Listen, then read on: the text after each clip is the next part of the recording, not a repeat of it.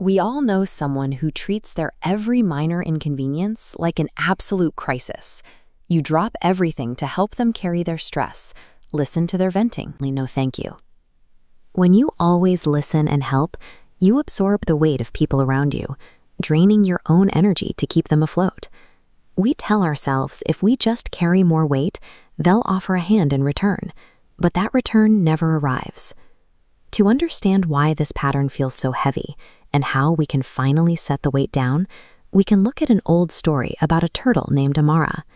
It's a story that reveals why we feel so depleted when we give to those who aren't ready to give back.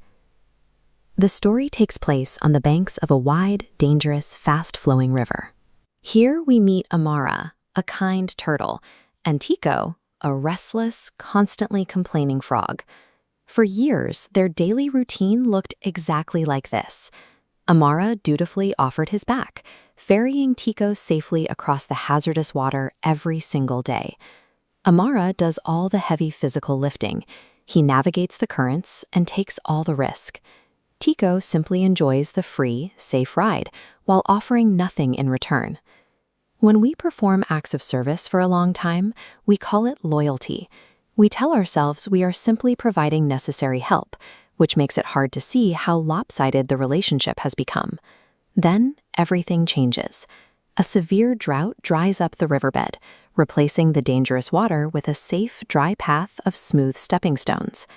Tico the frog takes one look at the new, easy landscape and happily bounds across the stones entirely on his own. He doesn't pause, he doesn't wave goodbye. After years of relying on Amara for his very survival, the frog simply vanishes without a single word of thanks. Amara is left standing there with a sense of deep frustration and heartbreak. The pain doesn't actually come from the physical labor Amara spent over all those years. The true crushing weight comes from the realization that someone he cared for never truly saw him at all. It is the realization that you were only ever valued for how useful you could be. When this happens to us, our instinct is to chase after the person who left. We want to confront them, demand an apology, and force them to acknowledge what they took from us. But as Amara stands at the edge of the dried river, a wise heron steps into view. The heron observes the heartbroken turtle and offers a simple perspective. Not every burden is meant to be carried. This advice shifts everything. It suggests that closure doesn't have to come from an apology or from the person who used you. Amara absorbs this. He chooses not to chase or yell.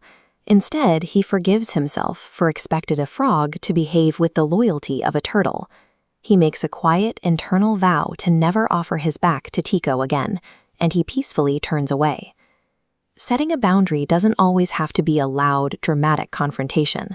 Often, it just means quietly stepping away. It means you stop knocking on closed doors, and you stop pouring your energy into people who refuse to value your sacrifices. It is perfectly healthy to simply set the weight down. Take a moment to think about your own life. Who or what are you currently carrying that you need to put down today? Choose your own peace today. Till then, stay patient, stay grateful, and keep moving forward in life.